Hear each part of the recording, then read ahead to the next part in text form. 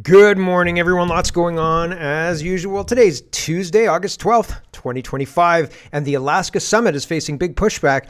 There are people in the EU and people who are interested parties all across the world, I suppose, who are trying to thwart this whole effort for peace. And we'll see how that all plays out. We'll see on Friday, right? Trump's heading to Alaska to meet with Putin. And today he's taking control, federalizing Washington, D.C. So that will be very interesting to watch today. And he says, I don't want to do it, but I have to do it. And so I've got video of that later on in the show of Trump federalizing D.C. before he heads off to meet with Putin and end this whole Ukrainian war thing. Because usually world leaders don't meet unless there's something to actually meet about. And so Putin and Trump meeting is a big deal. And so I'm not surprised to see the pushback, and we'll see where it goes. I don't know. Food in the consumer price index has gone up 26% in the last 5 years. And I've noticed the price is going up, but that chocolate cereal stays at the same price, which means it's good for you and you should keep eating it.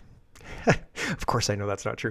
Grok had a glitch yesterday and was banned for a few hours again for invoking, all of the noticing and all that. And so they just shut him down. And what does that say about the rest of us? If X's own proprietary software gets shut down and banned for noticing, how are the rest of us going to get protected if they can't even protect their own property? It's weird. And the government, we have to come back domestically to start the show today. And we're going to start talking about the fires.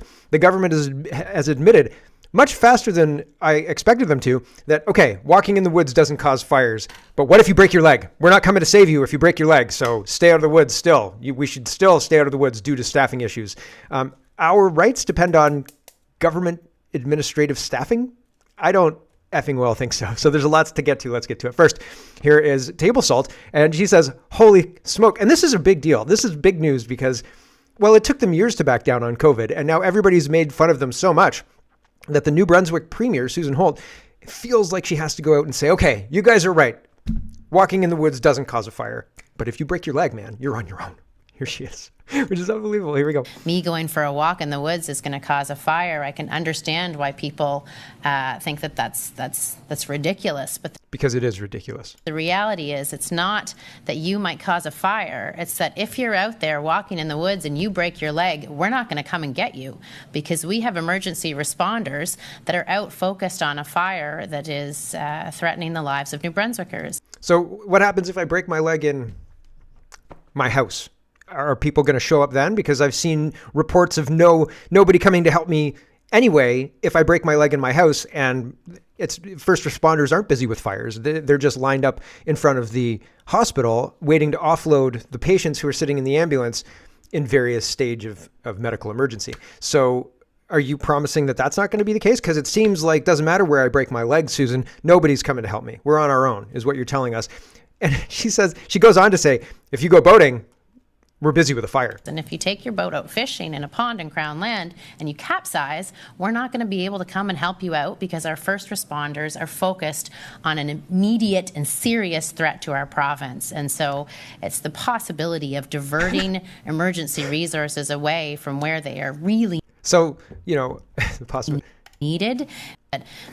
Diverting resources away because you might get stuck if you take a boat onto water in Crown Land. So by the same logic, we're going to just ban alcohol because you might drink and drive. So that's cool. Your rights depend on things that somebody might do at some point in time in the future and us maybe not being able to respond to it. Cool, everybody? That's okay? No, it's absolutely not okay. This is bonkers. Why did they say that you can't go walking in the woods because of fire risk, which obviously walking in the woods without incendiary devices is not a fire risk? Why would they say that if they didn't have any evidence that said that, if that wasn't true? Why would they say that if it wasn't true? And now they're saying, well, of course that's not true. The real reason is people might get in trouble and break their legs, and then we won't be able to help them, so you'd stay out of the woods. Not for the fires, but because you might break your legs. It's ridiculous. It is on its face ridiculous, and these people should be held accountable for their ridiculousness. They look stupid. Here is history again. Table Salt says, why didn't Canadians need climate lockdowns when they had 12,000 wildfires raging, the highest ever recorded in Canada by far? That was in the summer of 1989. And so that's interesting to me. The whole idea of all of these wildfires happening in 1989, I was a kid in 1989. I was 8 years old. I remember vividly throwing rocks at trash cans at the side of my house because there was a wasp's nest there and it bothered the wasps. And my friend and I would get on our BMX bikes, because those were the cool things in the 1989s, and get on our BMX bikes and ride away up to our other friend's house, because that was the distance at which they stopped chasing us, the bees or whatever they were, stopped chasing us. And so I didn't remember anything about forest fires. Now, I was 8 years old, so I mean, no wonder that I don't remember anything about forest fires. And yes, it was a hot summer. We didn't have air conditioning back in the day. So we slept with like a sheet and the windows open, but the windows open just had hot air blowing on us. It was darn hot, I guess. But fires and lockdowns and removal of personal rights weren't on the menu as far as I remember. But I do have a biased memory, as I was very young.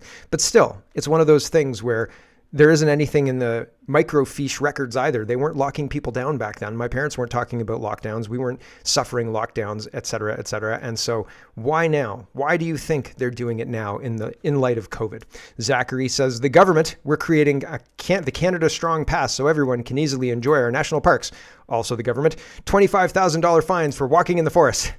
Yes, no, you're not wrong. And they've got quite, this is out of order here. They've got quite the robust block on the stairs going into the woods, right? And then there's these two officers who are sitting there, and it says, warning, extremely dry conditions, fire hazard, and then presumably it warns you from going on a walk or traversing this block on the stairs.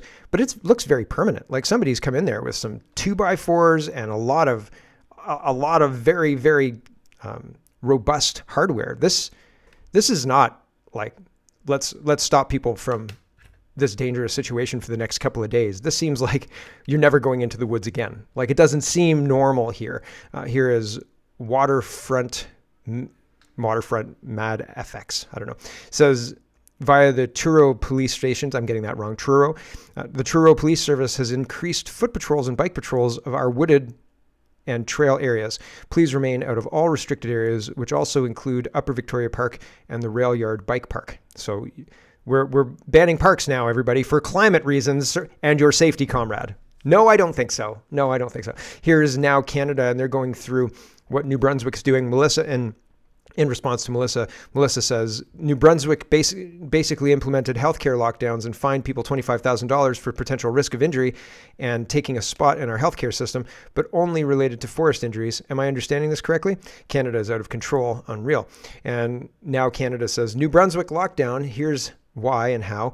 Unified public safety leads to militarized public safety. Operation Boil the Frogs slowly. Atlantic provinces have been engaged in joint public safety goals. New Brunswick is run by and staffed by mostly ex-military. Look at their weapons, uniforms, vehicles, and increased police mandates. Fire lockdowns is a psyop. The goal is to be able to have zero resistance to any and all lockdowns, regardless of the excuse or ill-formed logic. Don't break your leg. 1, mix truth with exaggerations and worst-case scenarios. 2, create headlines and publicity with extreme fines, etc. 3, weaponize peace officers for enforcement, so they're not peace officers. 4, create political buzz, us versus them. 5, create fear and hotlines to rat on neighbors. And 6, create more legislation to enforce going forward. I'm sure that when I was a kid, there's an episode of Alvin and the Chipmunks, and I have them all, so I should probably watch them on double speed to find it, is an episode where Theodore gets threatened by Alvin, where snitches get stitches. And I thought, like, that stuck with me. I was like, yeah, man, snitches get stitches. And so I feel like if the Chipmunks knew that in the 80s, how did we forget? Here's Now Canada again. Important unified public safety leads to militarized police. And this is, again, repeating what I've just gone through. He refined the post and he's responding to Susan Holt. I don't think he's wrong. I think that we are in a situation where the problem, reaction, solution, and encouraging people who are on board with the safetyism, like, yes, that's the right thing to do. Ratting on your neighbors keeps us all safe. Your ratting keeps me safe. My ratting keeps you safe, so on and so forth. And people buy into this because they like the idea of being kept safe. But it's not safe. It's a prison, right? Like, sure, you'll be super safe in this prison, and you'll be super safe if only I have the key, right? We'll put you in there and lock you away and make sure nobody can get to you, and you're nice and safe in this prison. And I'd rather have scary, dangerous safety or scary, dangerous danger and real life than risk than safety, right? Safety is not what it is sold as. Mario is responding to Juno News. They're reporting Newfoundland sets $150,000 fines, 6 months jail for breaking woods ban. Newfoundland and Labrador's government is threatening fines of up to $150,000 and 6 months in jail for violating wildfire-related restrictions as 3 major blazes continue to burn. There's the justification. Don't you understand? There's a fire firing. So you need to listen. No. Mario says, violate a wildfire restriction is $150,000 and 6 months in jail. Rob a liquor store, drive on the opposite side of the highway, and kill a family of 4. That's 5.5 months in jail. Canada's broken. Yep. Yes. They are criminalizing your everyday, regular kind of thing. In Newfoundland, you drive around on quads down trails all the time. I was in Deer Lake, and there are people, there's like a quad path aside the road path because everybody drives quads to visit everybody else, and the community is small enough that that's practical. And so it's one of those things where, and like you go on the old rail bed, you go on a whole bunch of other pathways and things like that that are tree lined and beautiful. But also in Newfoundland, there are dead trees everywhere. They don't do any forestry management. I have pictures of the last time I was there, which is a couple of years ago now, but just dead trees everywhere. Like I took a picture of the forest and there's just, maybe I should go find it, just dead trees everywhere. It's unbelievable. And so like setting up a situation where bad forest fires are going to happen and then say, you criminals, you might break your legs if you go into the woods, and we won't be able to save you if you break your leg in the woods or whatever. That deserves a $150,000 fine. But like, don't worry about all that liquor store robberies. The taxpayer pays for that and absorbs that. Huh. Weird, right? So I find all of these things very, very concerning because what's happening is certainly not for our safety, comrade. But they'll tell us that it is. Michelle, says North Bay, Ontario is quietly spraying the forest with glyphosate. Everyone worried about forest fires okay with this? Don't pretend like you care about the environment if you are okay with this. So the Bay Today is reporting ecological safety concerns grow as glyphosate spraying begins in Northern Ontario. When you walk into a place that's been sprayed, it's dead silent, says university professor who's a Grand River First Nations member. No birds, no insects, just loneliness. Yeah, probably. I don't think the idea of why can we spray glyphosate? Why is that a good idea? Apparently, it's used for certain things. Tucker says it can remove fire-resistant trees like aspen, potentially increasing fire intensity and spread by favoring more flammable coniferous species. And then Michelle highlights this. Flammable carriers. Glyphosate is often formulated as a liquid concentrate, and those formulations can contain flammable or combustive solvents or other ingredients. Reaction with metals. Glyphosate can react with certain metals like galvanized steel or unlined steel to produce hydrogen gas, which is flammable and can create a fire hazard. So these people say they've been doing this in BC for a while. It kills fast-growing fire-resistant alder that competes with the conifers they want to harvest. So it's like a paper or toilet paper thing. I don't know. But still, as well as poisoning everything around it. Is there no way to do this without the spraying? We have to spray. We have to do the spraying.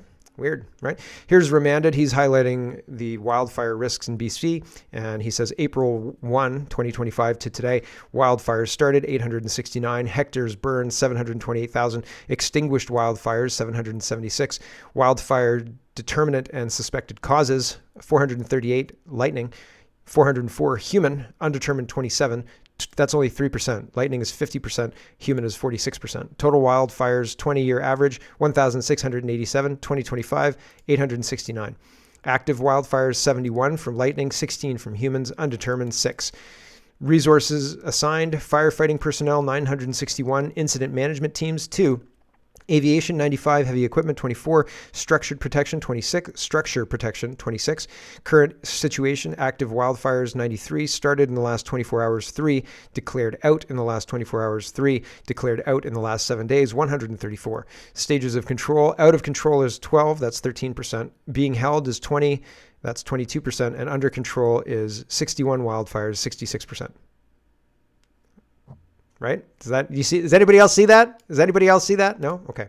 Status evacuation orders 3, alert 7. This is official government numbers. That's why I'm highlighting this. I don't think the Remanded's putting that in just for fun.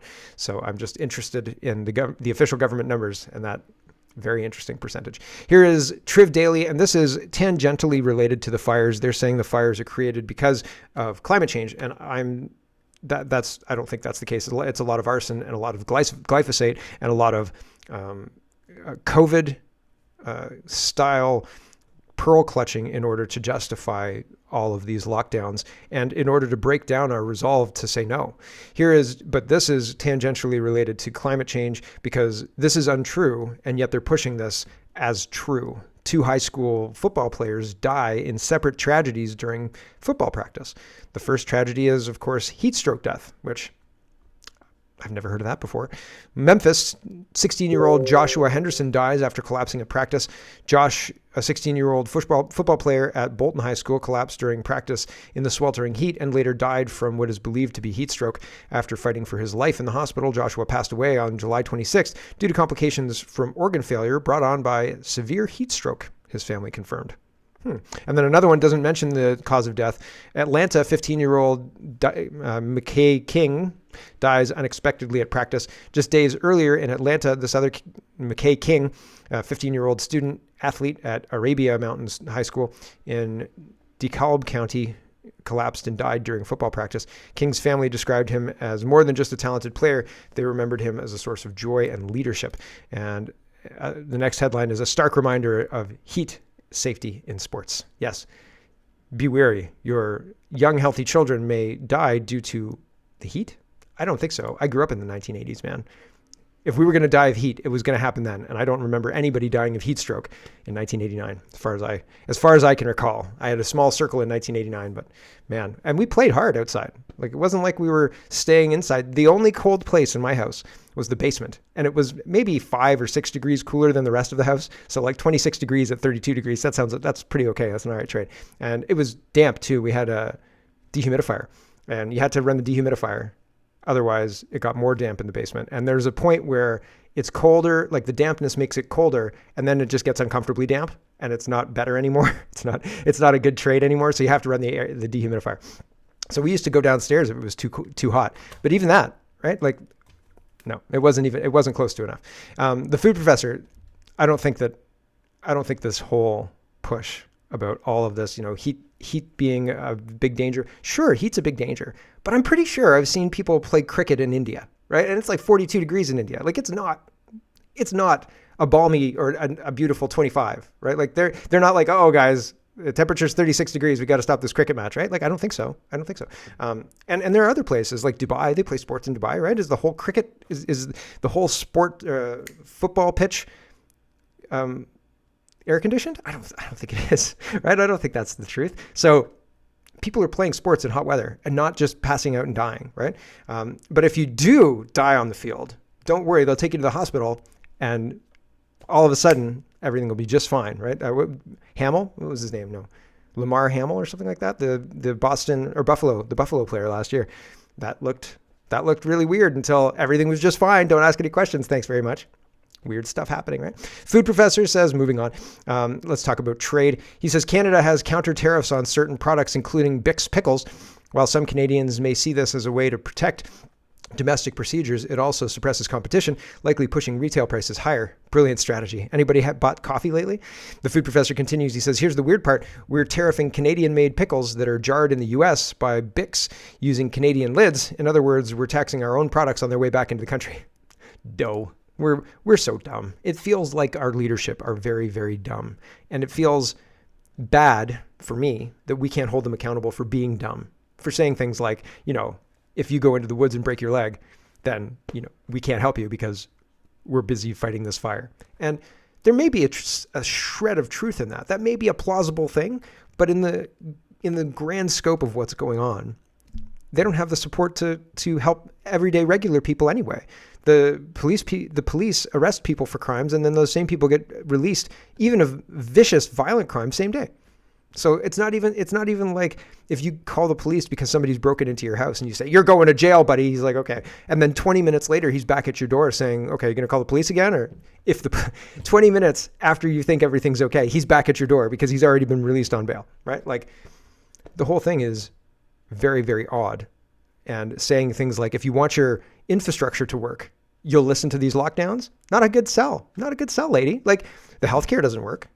It doesn't work at all. Healthcare, people are dying of waiting lists and things like that. And so In what way do you think that people will be there to help us? The police can't help us. The doctors can't help us. The emergency rooms can't help us. You're going to help us by changing the weather in 100 years? By locking us down in our homes? Really? I mean, get bent, right? Like, how about no? How about absolutely not? The last story. No, we got to say goodbye to the stream. We're already at 20 minutes. Thanks for watching, everybody. And we've got lots more show to go. I would say easily we'll hit an hour today. Sometimes we hit an hour and 10. So if you like the show, head over to CanadaPoly.com. And